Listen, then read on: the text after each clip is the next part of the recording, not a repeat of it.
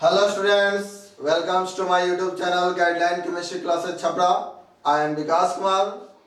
आज हम लोग फिर से सरस्वती माँ का नमन करते हुए आज की पढ़ाई प्रारंभ करेंगे और आज जो है हम लोग कोलिगेटिव प्रॉपर्टी के फोर्थ पॉइंट्स यानी कि ऑस्मोसिस एंड ऑस्मोटिक प्रेशर के बारे में हम लोग डिस्कशन करेंगे। जैसा कि लास्ट क्लास में आप लोगों ने elevation of boiling point and depression of freezing point के बारे में स्टडी किया था। आई होप कि वो लेक्चर आपको काफी पसंद आया होगा और उसमें मैंने वो सारी बातें जो डिस्कस करनी थी मैंने सारी बातों को डिस्कस किया। अब जो है हम लोग ऑस्मोसिस और ऑस्मोटिक प्रेशर के बारे में स्टडी करेंगे। तो ऑस्मोटिक प्रेशर जो है एक कोलिगेटिव प्रॉपर्टी है, बट ऑस्मोटिक प्रेशर को समझने के लिए उससे पहले हम लोग को ऑस्मोसिस के बारे में जानना होगा कि व्हाट इज ऑस्मोसिस।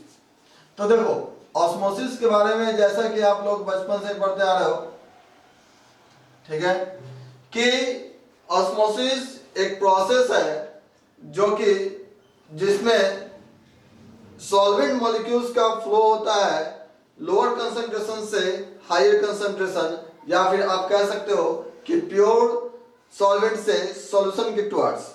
बट उन दोनों के बीच एक मेम्ब्रेन होती है, एक थिन मेम्ब्रेन होते हैं जिसको हम लोग सेमी परमेबल मेम्ब्रेन कहते हैं और उसी सेमी परमेबल मेम्ब्रेन के थ्रू सॉल्वेंट मॉलिक्यूल्स का मूवमेंट सॉल्यूशन की प्योर सॉल्वेंट से सॉल्यूशन की तरफ होता है।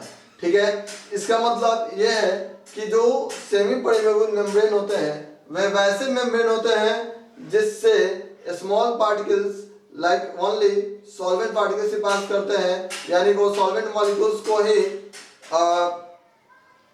परमिट करता है, सॉल्यूट्स को नहीं, क्योंकि सॉल्यूट्स के पार्टिकल का साइज सॉल्वेंट मॉलिक्यूल्स के पार्टिकल के साइज के रिस्पेक्ट में लार्ज होते हैं। ठीक है, सॉल्वेंट मॉलिक्यूल्स का साइज सॉल्यूट पार्टिकल्स के रिस्पेक्ट में स्मॉल होते हैं, जिस कारण से उन्हीं का मूवमेंट होता है और उन्हीं को वो परमिट भी करता है। ओके, तो हम लोग जो है ये देखेंगे कि the flow of solvent molecule from either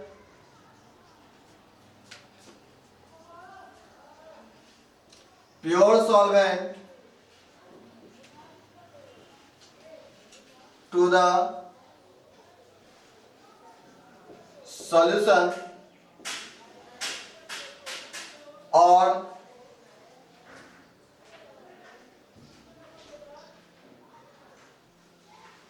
lower concentration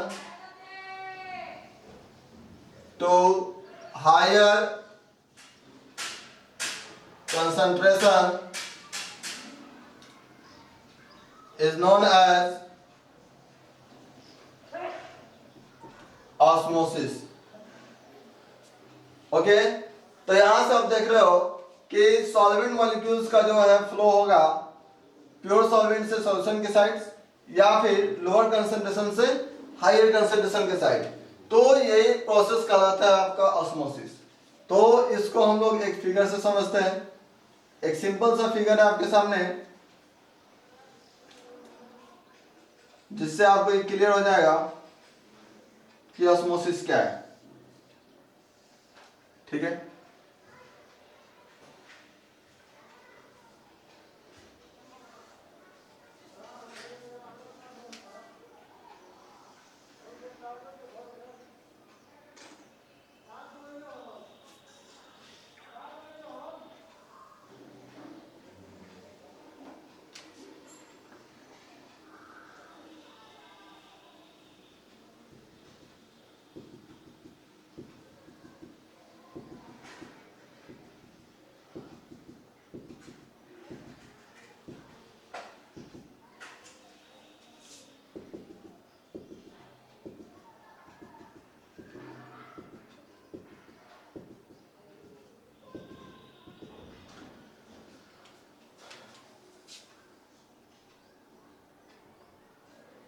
चलो देखो यहाँ पर जो है आपके पास दो कंटेनर और इन दोनों कंटेनर में एक कंटेनर में हमने प्योर सॉल्वेंट ले लिया और दूसरे कंटेनर में हमने सॉल्यूशन ले लिया। सॉल्यूशन के लिए यहाँ पे मान लो कि कुछ अपने सॉल्यूट के पार्टिकल्स भी ऐड कर दिए हैं। ओके, तो प्योर सॉल्वेंट लिया आपने, सॉल्यूशन लिया, और जैसा कि आप जानते हो कि कंसंट्रेशन डिपेंड करता है सॉल्यूट के अमाउंट पे। तो प्योर सॉल्वेंट में कोई सॉल्यूट के अमाउंट नहीं होते हैं, बट सॉल्यूशन में सॉल्यूट और सॉल्वेंट दोनों होते हैं, तो इसके रिस्पेक्ट में इसका कंसंट्रेशन हाई होगा। तो हम यहां से लिख सकते हैं हाई कंसंट्रेशन, और यहां लिख सकते हैं लो कंसंट्रेशन। ओके, अब जो है यहां पर आप प्रेशर अप्लाई करते हो, ठीक है। प्रेशर क्या मतलब कि नॉर्मल प्रेशर जो है एटमॉस्फेरिक प्रेशर, वो आपका अप्लाई हो रहा है इन दोनों कंटेनर पे। कोई भी एक्स्ट्रा प्रेशर नहीं है, नॉर्मल एटमॉस्फेरिक प्रेशर है यहाँ पे। तो यहां से सॉल्वेंट मॉलिक्यूल्स का फ्लो प्योर सॉल्वेंट से सॉल्यूशन की साइड हो रहा है।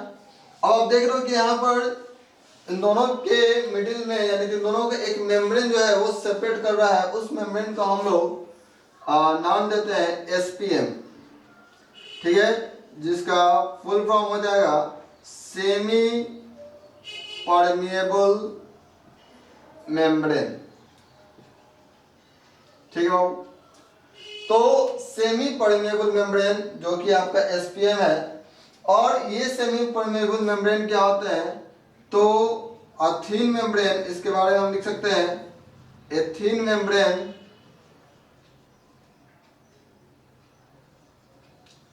which permits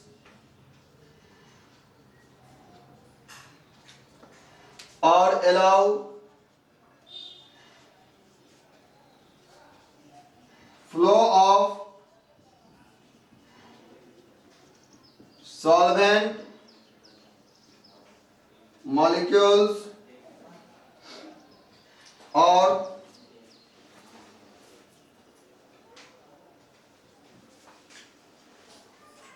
small particles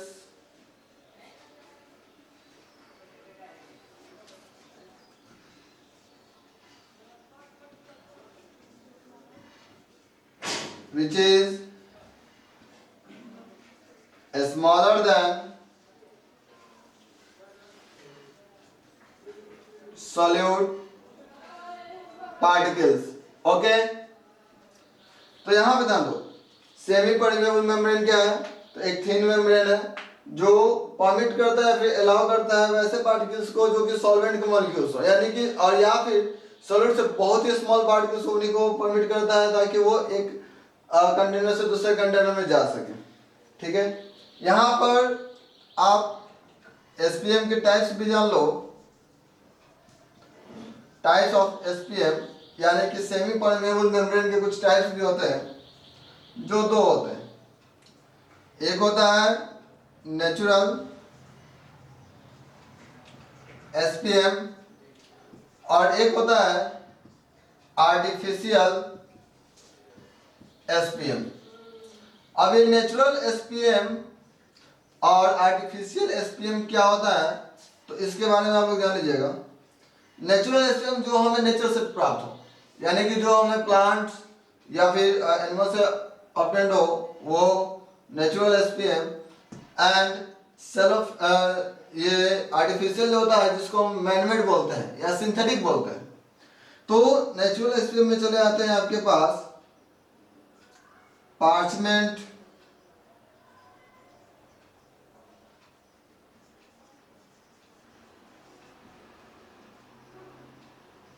membrane, okay, फिर उसके बाद पिग्स और goats bladder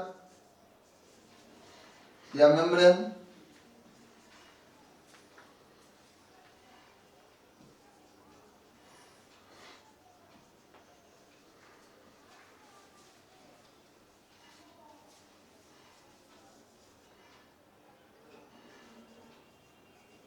cell membrane of plant cell, तो ये सभी क्या है, तो ये नेचुरल एसपीएम है। आर्टिफिशियल में पार्चमेंट पेपर आ जाते हैं,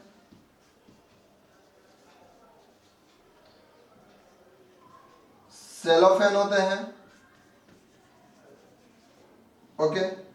तो ये सभी जो है, तो देखो यहां से ये एसपीएम जो कि जिसके पार्टिकल के साइज, जिसके पोर्स के साइज काफी स्मॉल होते हैं, जिससे स्मॉलर साइज के पार्टिकल्स या सॉल्वेंट के मॉलिक्यूल से पास करते हैं।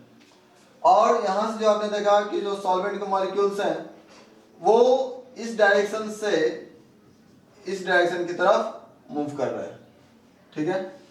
तो ये कहलाते हैं प्रोसेस ऑस्मोसिस। यहां जो है फिगर, आप किसका फिगर देख रहे हो बाबू, ये फिगर जो है ऑस्मोसिस का है, ठीक है। अब रही बात कि यहां पर ऑस्मोसिस भी जो है दो टाइप्स के हो जाएंगे। एक होता है इंडोऑस्मोसिस, एक होता है ऑक्सोऑस्मोसिस। तो ये इंडोऑस्मोसिस और ऑक्सोऑस्मोसिस क्या होते हैं, ठीक है। तो इस बात को भी जान लो, आप इसको लिख लो, ठीक है, ताकि मैं इसको इरेज करके और मैं कुछ आगे पढ़ाऊं। तो यहां पे देखो मैं सिर्फ इसी पोर्शन को मिटा रहा हूं और यहीं से जो है आप इंडोऑस्मोसिस,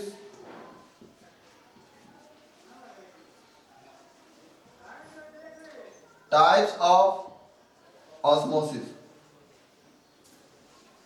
ठीक है,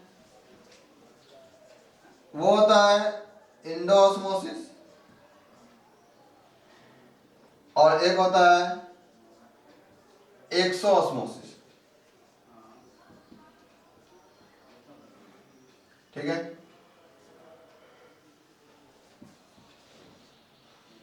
तो अब ध्यान दो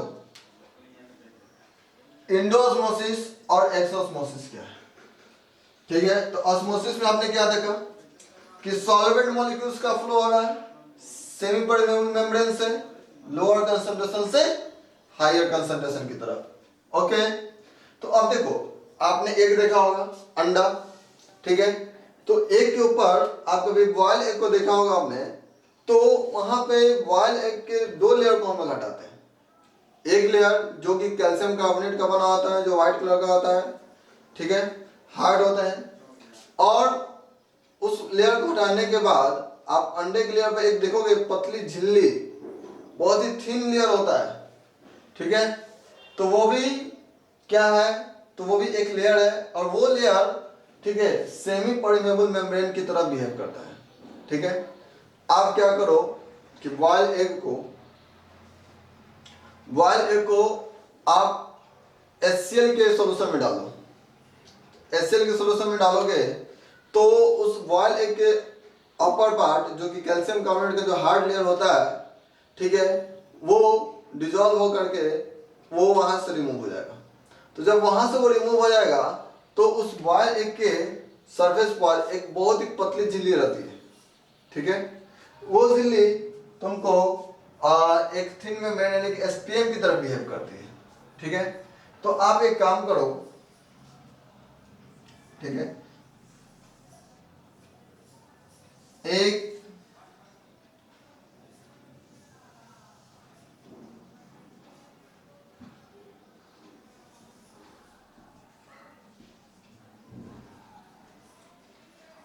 आप दो क्या करो कि बाउल ले लो,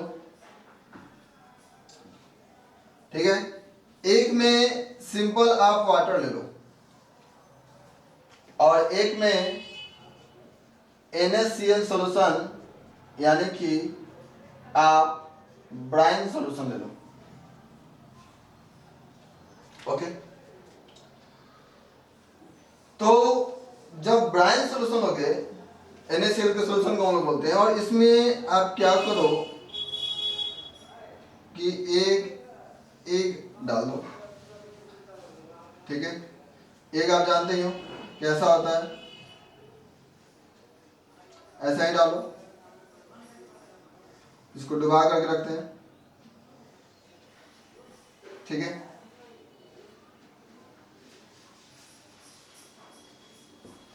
ये जो है आपका एक कैसा है, तो ये बॉइल्ड एग है, ठीक है। और इसको वाले को आपने क्या किया था कि HCl के सॉल्यूशन में डाल करके उसके अपर लेयर को रिमूव कर दिया और उसके अंदर एक थिन लेयर था उसको आपने रहने दिया। जब आपने वाटर में उसको इमर्ज किया और NaCl में इमर्ज किया, तो आप जानते हो कि बॉयल एग में वाटर की तो क्वांटिटी कुछ ना कुछ होती ही है, ठीक है। तो यहाँ से वाटर का जो अमाउंट है वो अंदर से बाहर की तरफ आएगा। क्यों? क्योंकि यहाँ पर क्या थे, सॉल्यूशन थे, प्योर सॉल्वेंट तो थे नहीं। तो ऑस्मोसिस के कारण यहाँ से एक का वाटर बाहर की तरफ निकल कर आएगा और वो क्या कहलाएगा, एक्सोस्मोसिस, ठीक है। यानी कि आप कह सकते हो कि flow of solvent outward from an object या ऑफ ए थिंग, ठीक है। और यहां से जब आपने वाटर लिया तो ये क्या होगा कि वाटर जो इस एक के अंदर चला जाएगा सेमी परमेबल से होते हुए, तो ये जो है स्वेट कर जाएगा और ये जो है वो श्रिंक कर जाएगा। तो जब ये स्वेट कर जाएगा तो क्या होगा, इंडोऑस्मोसिस, वाटर जो है अंदर की तरफ में, सॉल्वेंट का फ्लो होगा अंदर की तरफ, यहाँ पे बाहर की तरफ गए तो क्या कहना है, एक्सोस्मोसिस, ठीक है। आपने कभी देखा होगा किशमिश को खीर वगैरह बनाते हुए पानी में डालकर छोड़ो, क्या होता है, पानी में डालकर छोड़ोगे फूल जाता है, कौन सा ऑस्मोसिस, इंडोऑस्मोसिस। और उसी को आप ब्राइन सॉल्यूशन में, नमक के सॉल्यूशन में डाल दो, देखो सिकुड़ जाता है, क्या होगा वो, एक्सोस्मोसिस, ठीक है।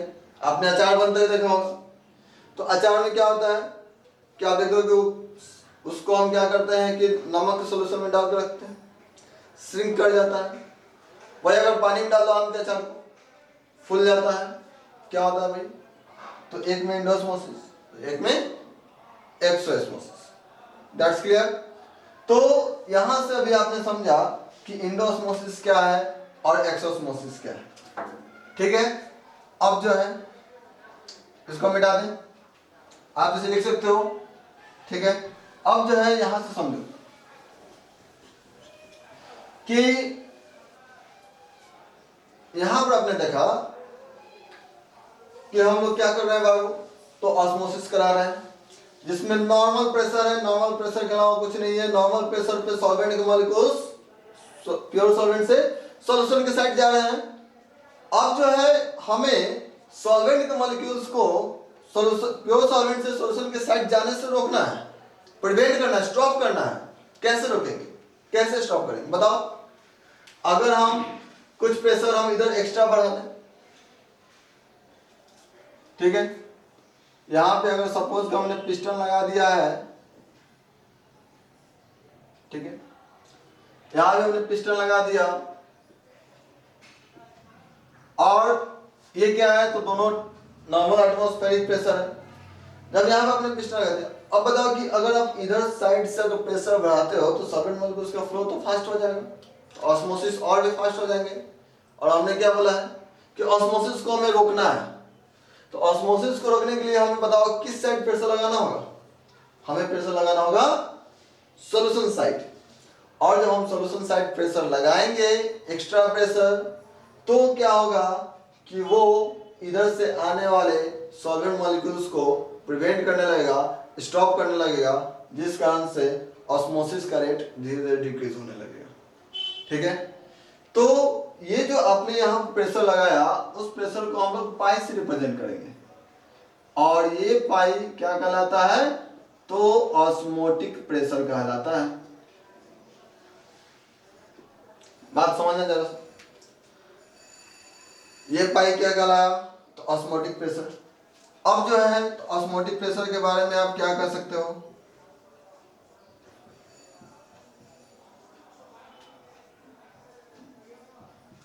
Osmotic pressure the pressure that just stop, that just prevent or stop the flow of solvent molecules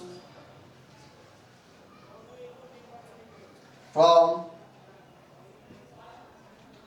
lower concentration to higher concentration is known as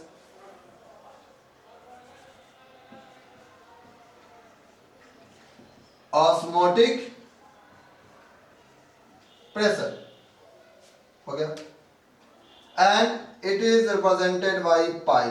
इसको हम लोग पाई से रिप्रेजेंट करते हैं. It is represented by pi. ठीक है, चलो ध्यान दो. It is represented by pi. तो यहां से ये जो प्रेशर है आपने किधर किस साइड अप्लाई किया? Solution side. क्या किया इसने? ऑस्मोसिस को रोक दिया, यानी कि फ्लो ऑफ सॉल्वेंट मॉलिक्यूल्स को उसने क्या किया? प्रिवेंट कर दिया. वो प्रेशर कहलाया ऑस्मोटिक प्रेशर. ठीक है, आप इसे लिख लो. ठीक है, आप इसे लिखिए. इसको रिप्रेजेंट करते हैं हम किससे? तो पाई से. अब जो है it also depends upon the concentration of solution. ये भी जो है वो सॉल्यूशन के कंसंट्रेशन पर डिपेंड करता है. ठीक है, और किस प्रकार से डिपेंड करता है? तो यहां से इसको मिटा रहे हैं और ये डिपेंड करता है मोलारिटी पे. ठीक है, तो इसको मिटा रहे, इसकी डेफिनेशन को.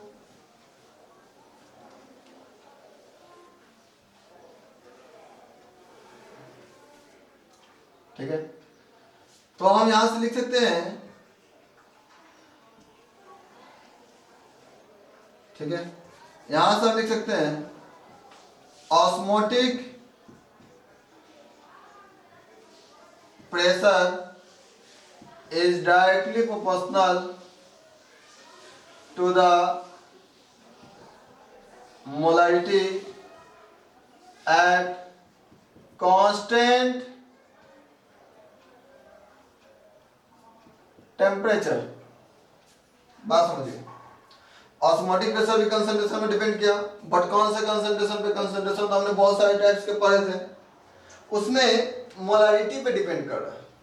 ठीक है, तो मोलारिटी पे डिपेंड कर रहा है, कांस्टेंट टेम्परेचर में होना चाहिए. ऑस्मोटिक प्रेशर को हम लोग पाई से, मोलारिटी को सी से रिप्रेजेंट करते हैं. C concentration in terms of molarity at constant temperature, CT. यहां से पाई प्रोपोर्शनलिटी का साइन हटा देंगे, इक्वल का साइन देंगे. C R T. अब यहाँ आर क्या है? R is equal to gas constant.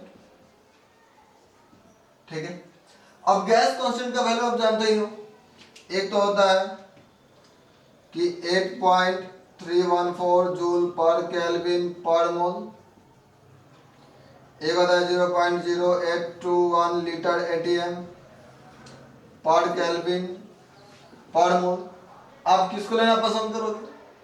तो प्रेशर है ना, तो प्रेशर के टर्म में हम इस वाले वैल्यू को ना ज्यादा लेना पसंद करेंगे, नीचे वाले वैल्यू, ताकि यहाँ से जो भी प्रेशर कटना बाकी सब जो करना कट जाएगा और हमको वैल्यू जो है यूनिट वो एटीएम में मिल जाएगा, उसमें कोई डाउट नहीं। सी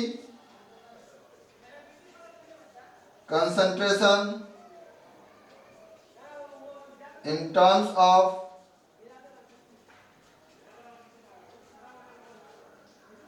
मोलरिटी है, और टी तो आप टेम्परेचर जैसा कि जानते हैं। ध्यान देना पाई।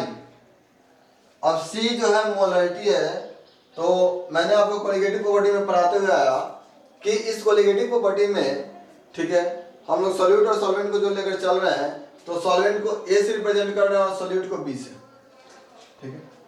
तो यहाँ से पाई इक्वल टू मोलरिटी क्या होता है, तो number of moles of solutes यानी एनबी हम लिख सकते हैं, क्योंकि बी हमने सॉल्यूट को माना था, upon volume of solution B RT. Pi equal to nB आ जाए तो number of moles equal to given mass upon molar mass, तो W B upon M B. अगर वॉल्यूम आपके लीटर में है तो 1 अपॉन बी, ठीक है। अगर वही वॉल्यूम मिलीलीटर में है तो 1000 यहाँ लिख देंगे, और इनटू आरटी। यहां से ये आपका फॉर्मूला बन गया पाई। आपने यहां भी देखा कि molar mass of solutes is inversely proportional to the osmotic pressure, यानी कोलिगेटिव प्रॉपर्टी। ओके, यहां से भी अगर आपको एमबी का वैल्यू निकालना हो, एमबी का वैल्यू निकालने के लिए क्या करोगे, एमबी को दे दो W B R T upon pi V. देखो यहां से भी आप जो है एमबी का वैल्यू को कैलकुलेट कर सकते हो, ठीक है। तो आप इसे भी लिख लो और इसे लिख लो, ताकि अब जो है हम आपको रिवर्स ऑस्मोसिस समझा, ठीक है। तो रिवर्स ऑस्मोसिस क्या है, ठीक है। तो रिवर्स ऑस्मोसिस के बारे में जान लो। ये तो यहां तक बातें समझ में आई, ठीक है। तो reverse osmosis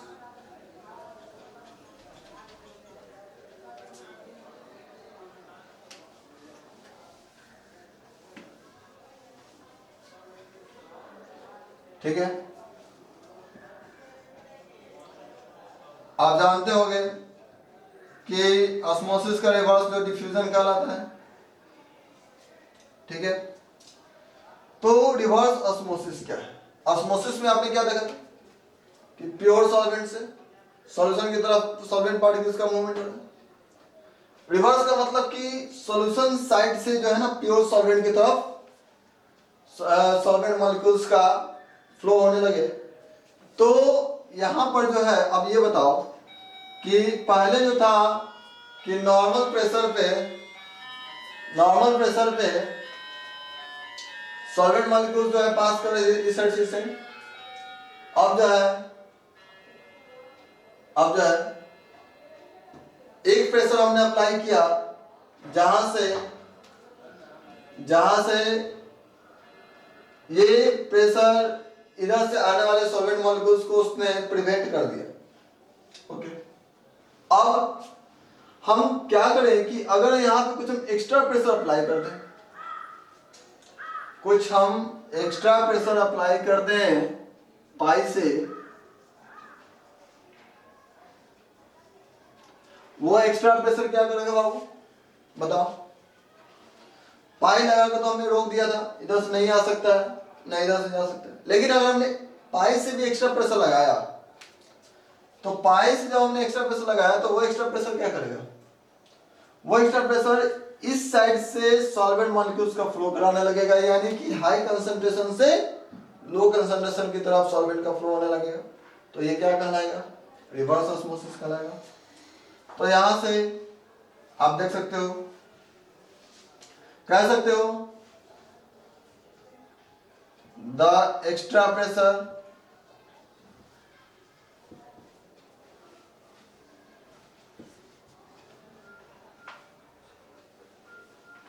upon solution side that just used to flow of solvent from higher concentration to lower concentration is known as reverse osmosis or diffusion. Okay, तो ये रहा डिफ्यूजन। ठीक है, अब इसका यूज क्या है, इसके एप्लीकेशन। तो इसका मेनली जो एप्लीकेशन है वो है डिसैलिनेशन ऑफ सी वाटर। ठीक है, डिसैलिनेशन ऑफ सी वाटर।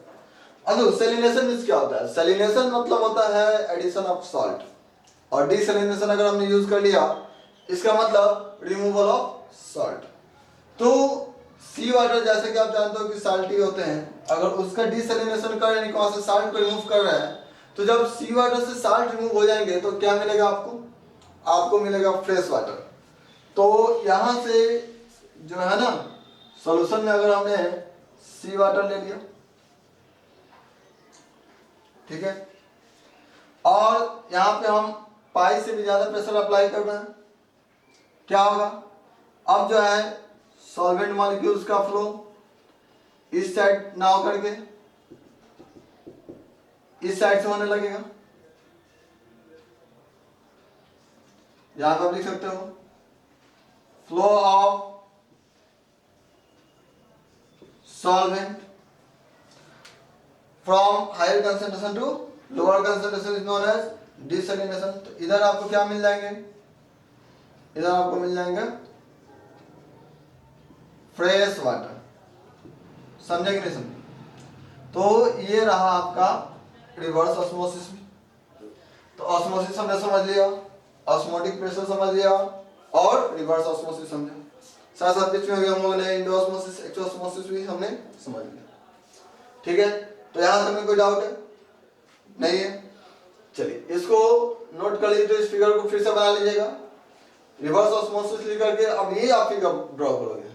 सबको सेम होगा, यहां से ये चीज लिखते हुए और इस फिगर को ड्रॉ करो। आगे हम लोग कुछ और भी पढ़े।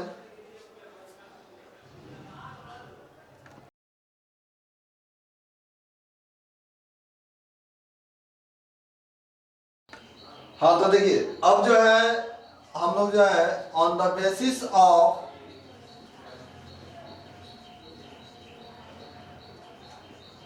Osmotic pressure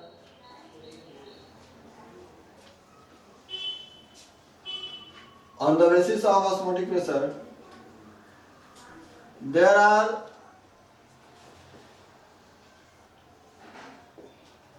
three types of solution. First, isotonic solution. Second, hypertonic solution. And third,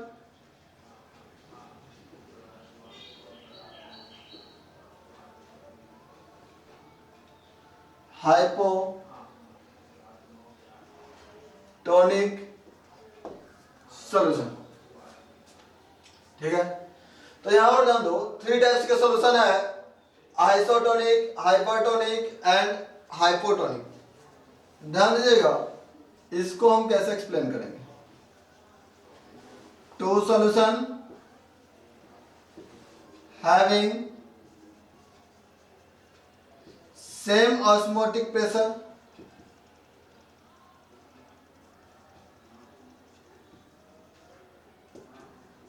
is known as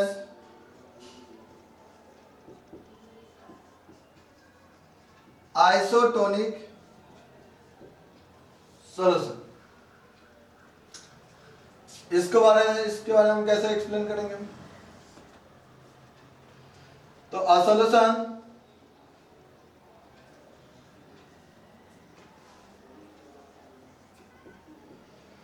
which has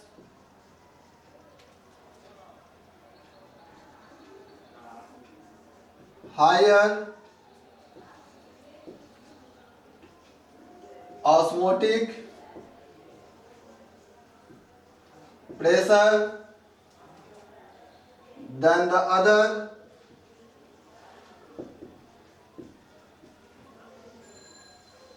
is known as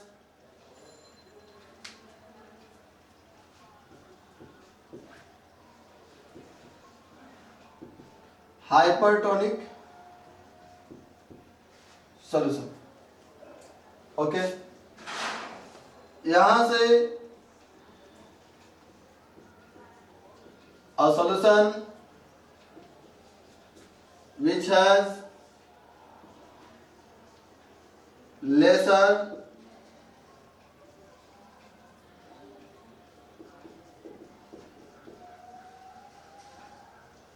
osmotic pressure, यहाँ then हो जाएगा, then the other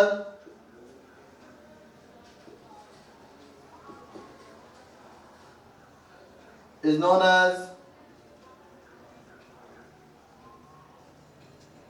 hypotonic solution. ठीक है बाबू, तो यहां से ध्यान दो, दो सॉल्यूशन है आपके पास, ठीक है। उन दोनों सॉल्यूशन, दोनों का ऑस्मोटिक प्रेशर अगर सेम, यानी कि एक ऑस्मोटिक प्रेशर को अगर हम पाई 1 मानते हैं और दूसरे के ऑस्मोटिक प्रेशर को पाई 2, और ये दोनों अगर सेम है तो किस टाइप के सॉल्यूशन कहलाएंगे? ये कहलाएंगे आइसोटोनिक सॉल्यूशन। ठीक है। सिमिलरली एक का ऑस्मोटिक प्रेशर दूसरे के एस्पेक्ट में क्या बड़ा हो, क्या कहलाएगा? हाइपर, हाइपर मींस क्या होता है? अधिक। ओके, एक का ऑस्मोटिक प्रेशर दूसरे के एस्पेक्ट में कम हो,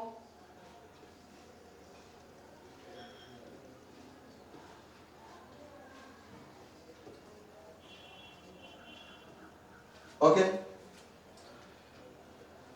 तो यहां से समझो, अगर मान लो कि यहाँ पाई इक्वल टू होता है CRT, टेम्परेचर कांस्टेंट, आर भी gas constant but concentration different होगा, C2RT, NB N1 solute by V volume वही रहेगा, RT N2 upon V, RT ये से कैंसिल, ये से कैंसिल, N1 इक्वल टू, मतलब क्या होगा कि अगर दोनों के नंबर ऑफ मोल्स सेम हो तो क्या होगा? वो होगा isotonic. Similarly N1 greater than N2, similarly N1 less than N2। ठीक है, तो ये रही बात। अब जो है आप इसको एग्जाम्पल से समझो। देखो, ब्लड सेल के बारे में जानते हो, तो हर सेल में कुछ फ्लूइड्स होते हैं, ठीक है, फ्लूइड्स। तो अगर ब्लड सेल को हम ब्राइन सॉल्यूशन में रखते हैं और जिस ब्राइन सॉल्यूशन का कंसंट्रेशन 0.9% मास अपॉन वॉल्यूम हो, ठीक है, तो देखो क्या होता है। If we place blood cell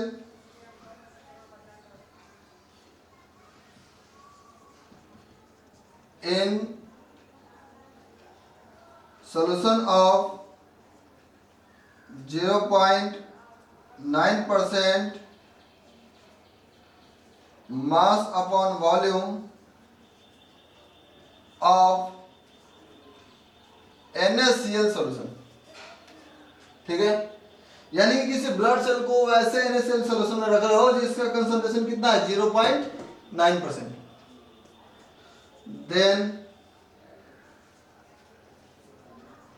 no osmosis is occur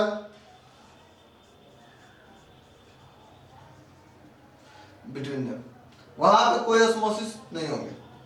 okay, क्यों? क्योंकि ऑस्मोसिस होने के लिए एक तरफ का प्रेशर अधिक चाहिए, एक तरफ का प्रेशर कम, तब जाके क्या होगा, सॉल्वेंट मॉलिक्यूल्स का फ्लो होगा। और जब दोनों तरफ प्रेशर इक्वल ही हो तो सॉल्वेंट मॉलिक्यूल्स का फ्लो किसी भी साइड ना होगा, तो क्या वहां से ऑस्मोसिस हो सकता है? नहीं हो सकता है। तो यहां से आप क्या कर सकते हो कि यहां से कोई भी ऑस्मोसिस नहीं होने जा रहा है।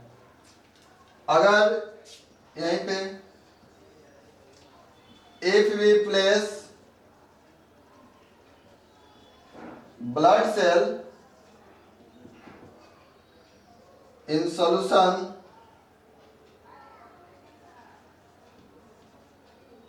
which has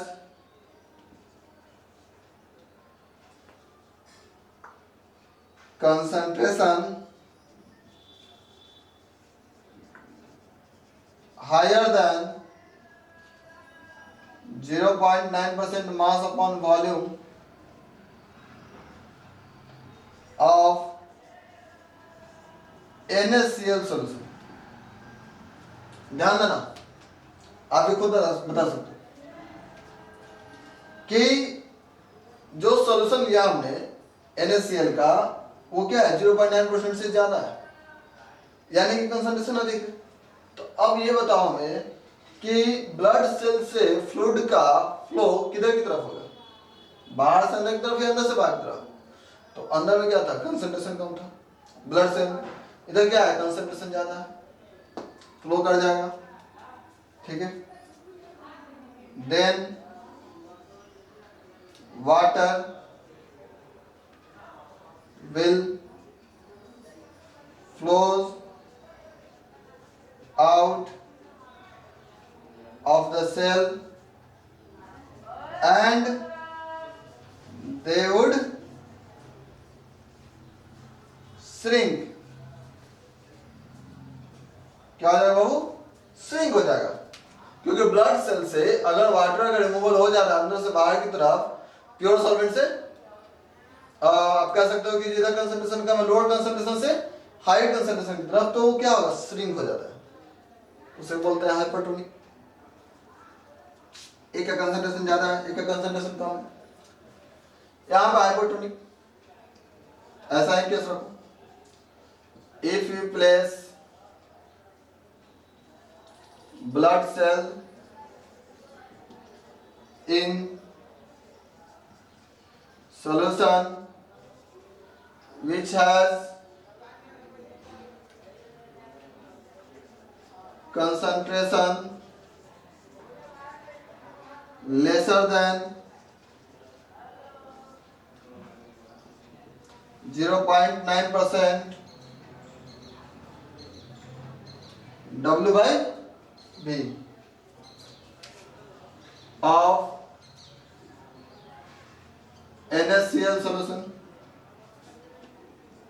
अब ये बताओ, बाहर में कंसंट्रेशन कम है, यानी कि अंदर का कंसंट्रेशन ज्यादा होगा, तो अब वाटर का फ्लो किधर से होगा, बाहर से अंदर की तरफ, तो सेल क्या होंगे, स्वेल्ड हो जाएंगे। ठीक है, then water will flows into the cell and they would swell। क्या आ जाएगा बाबू, swell। तो आई होप कि ये टॉपिक जो है आपको अच्छे से क्लियर हो गया होगा, इसमें कोई डाउट नहीं होगा। कोई डाउट है तो आप हमें कमेंट सेक्शन में जाके पूछ सकते हो। वैसे हमें तो नहीं लगता कहीं डाउट है, मैंने इसको काफी ढंग से एक्सप्लेन कर दिया है। ठीक है, या फिर आप हमें कॉल से भी पूछ सकते हो, मेरा नंबर जो है वीडियो लेक्चर के स्टार्टिंग में दिए गए होते हैं, आप वहां से भी हमें पूछ सकते हो। That's clear. तो यहाँ से जो है आपका ऑस्मोटिक प्रेशर क्लियर हो गया, यानी कि टोटल जो है कोलिगेटिव प्रॉपर्टी हमने खत्म कर लिया। अब जो हम लोग पढ़ेंगे नेक्स्ट लेक्चर में वांडा फैक्टर के बारे में। Okay, thanks.